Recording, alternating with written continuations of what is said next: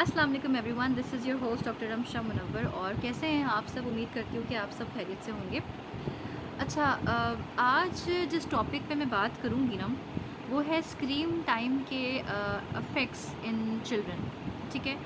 अब मेरा अपना बेटा जो है वो 1.5 साल का है एंड बहुत दफ़ा ऐसा होता है कि उसकी जो एग्रेशन है उसको कंट्रोल करना मेरे लिए तो कभी कभार इम्पॉसिबल हो जाता है। ठीक है। अब आपको पता है कि मैं वर्किंग भी हूँ, साथ में मैंने घर भी देखना होता है। फिर आपको पता है बहुत सारी चीज़ें होती हैं, बच्चा अलग रिक्वायरमेंट मांगता है, आपके घर वाले अलग रिक्वायरमेंट्स मांगते हैं, आपका हस्बैंड अलग रिक्वायरमेंट मांग रहा होता है, फिर आपकी अपनी जॉब की एक अलग रिक्वायरमेंट होती है। तो हम मल्टीपल चीज़ें जगल कर रहे होते हैं एट द सेम टाइम। तो होता ही है कि हम घंटा डेढ़ जो है वो अपने आप को थोड़ा रिलैक्स करने के लिए, या चलो किचन के काम हम कर लेते हैं, या अपने कोई असाइनमेंट है वो कंप्लीट कर लेते हैं, तो बच्चों को हम फ़ोन दे देते हैं कि अच्छा यूट्यूब पे हमने कुछ लगा दिया, वो अपना सुन रहा है, तो थोड़ी देर तक हम कुछ काम अपने कंप्लीट कर लेते हैं। अच्छा, अब उसके ना कुछ फ़वाइद भी हैं और कुछ नुकसानात भी हैं ऑब्वियसली। देखिए, नुकसानात तो हम सबको पता है क्या हो रहा है। चिड़चिड़ापन बच्चों में बहुत ज़्यादा बढ़ा है, एग्रेशन बहुत ज़्यादा है, ज़िद्दी हो रहे हैं, रोना धोना, चिल्लाना, चीखना, अ, बहुत ज़्यादा इस तरह से बदतमीज़ी करना, या उनको उनका टाइम भी एक तरह से वेस्ट होना। आई साइट के तो प्रॉब्लम्स हम जानते ही हैं कि ग्लासेस लग जाते हैं बहुत अर्ली एजेस में। ठीक है। और दूसरा इम्पॉर्टेंट ये भी है कि फ़िज़िकल एक्टिविटी उनकी कम हो रही होती है, जिससे उनका वेट बढ़ रहा होता है, उनका मेंटल, इमोशनल, फ़िज़िकल, ये सारी एक्टिविटीज़ उनकी कम हो जाती है। ठीक है।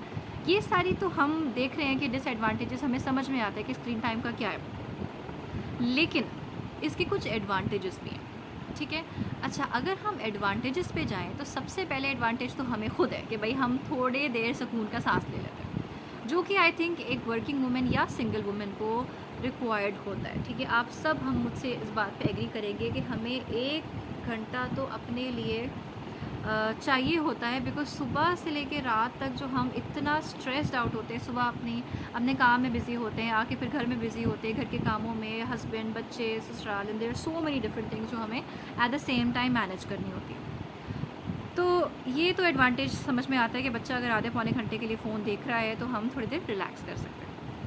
दूसरा जो एडवांटेज आजकल साइंस जिस पे बहुत ज़्यादा रिसर्च कर रही है वो ये है कि बच्चों के जो स्किल्स होते हैं ना, जिसको हम कहते हैं कॉग्निटिव स्किल्स या फाइन मोटर स्किल्स, ठीक है, वो इम्प्रूव होते हैं। अब मेरे पास कुछ बच्चे ऐसे भी आते हैं जिनकी मैंने देखा है कि उनकी इंग्लिश अच्छी होती है। ठीक है। उनके स्पीकिंग स्किल्स बहुत अच्छे होते हैं, उनके ना ग्रास्पिंग पावर बहुत अच्छी होती है। आप थोड़ी सी कोई चीज़ बताओ, फ़ौरन पिक कर लेते हैं। ये किस वजह से? ठीक है। ये इस वजह से होता है कि जब आप कोई चीज़ सुन रहे हैं ना, चाहे आप कोई सिंपल पोएम भी सुन रहे हैं या चाहे आप कोई राइम सुन रहे हैं, एनीथिंग, वो मल्टीपल टाइम सुनने की वजह से आपके जो ब्रेन में इंटेलेक्चुअल सेंटर या आपके ब्रेन में जो नॉलेजेबल सेंटर है वो उसको पिक कर लेता है। ठीक है। और उसकी प्रोसेसिंग स्टार्ट हो जाती है, जिससे बच्चे की गैस्पिंग पावर जो होती है ना, ग्रास्पिंग पावर, वो बढ़ जाती है।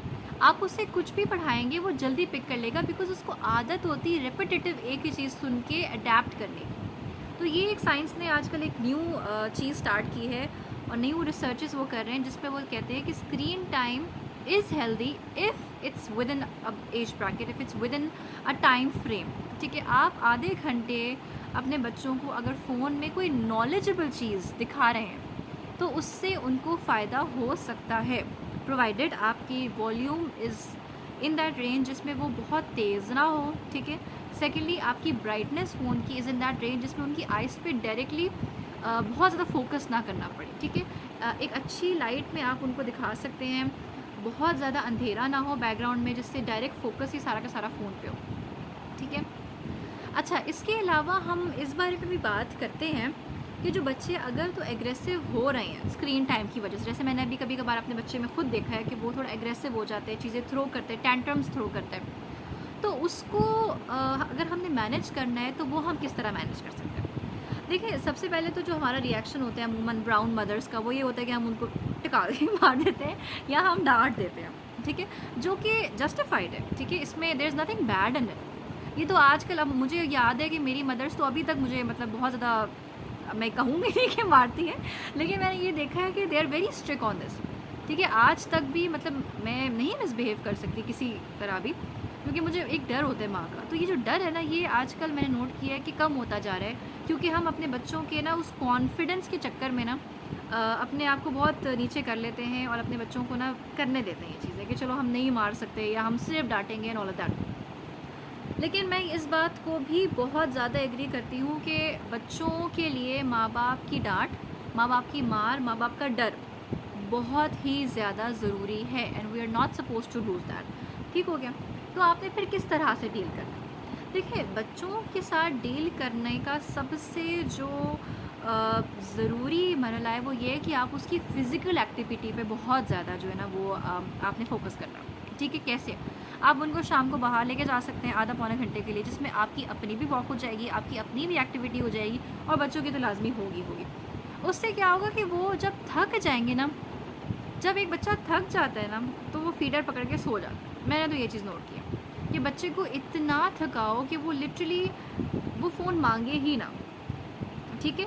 दूसरी चीज़ ये है कि आप उसके लिए एजुकेशनल टॉयज़ ला सकते हैं। ठीक है? एजुकेशनल टॉयज़ में क्या-क्या हमारे पास आते हैं, स्क्रैबल्स आ जाते हैं अगर आपका बच्चा थोड़ा बड़ा है। उसके बाद पज़ल्स आ जाते हैं, टेंट हाउसेस आ जाते हैं जिसके अंदर आप बैठ के कुछ उसके साथ कोई एक्टिविटी कर सकते हैं, कोई आर्ट्स एंड क्राफ्ट कर सकते हैं। ठीक है? तो इस तरह की चीज़ों में अगर आप अपने बच्चों को थकाएँगे या उनका मेंटली या फिज़िकली किसी भी तरीके से आप उनको ऐसे लाइक थकाएँगे ना, तो वो बेसिकली बच्चे स्क्रीन टाइम पे ज़रा कम इन्वॉल्व होंगे। ठीक हो गया? ये चीज़ों पे आप फ़ोकस कर सकते हैं। और थर्ड इम्पॉर्टेंट चीज़ होती है उनकी न्यूट्रिशनल वैल्यू पे। ठीक है? मैं तो अपने बच्चे को पंजीरी देती हूँ after every second day 1 teaspoon in every food that he takes. ठीक हो गया? उससे क्या होता है कि उनकी प्रोटीन की इनटेक प्रॉपर रहती है, उनकी कार्बोहाइड्रेट एंड गुड फैट्स की इनटेक प्रॉपर रहती है, जिसकी वजह से उनकी बोन्स भी हेल्दी होती है, उनका माइंड जो डेवलप हो रहा होता है वो एक स्ट्रॉन्ग एंड हेल्दी माइंड की तरफ जा रहा होता है।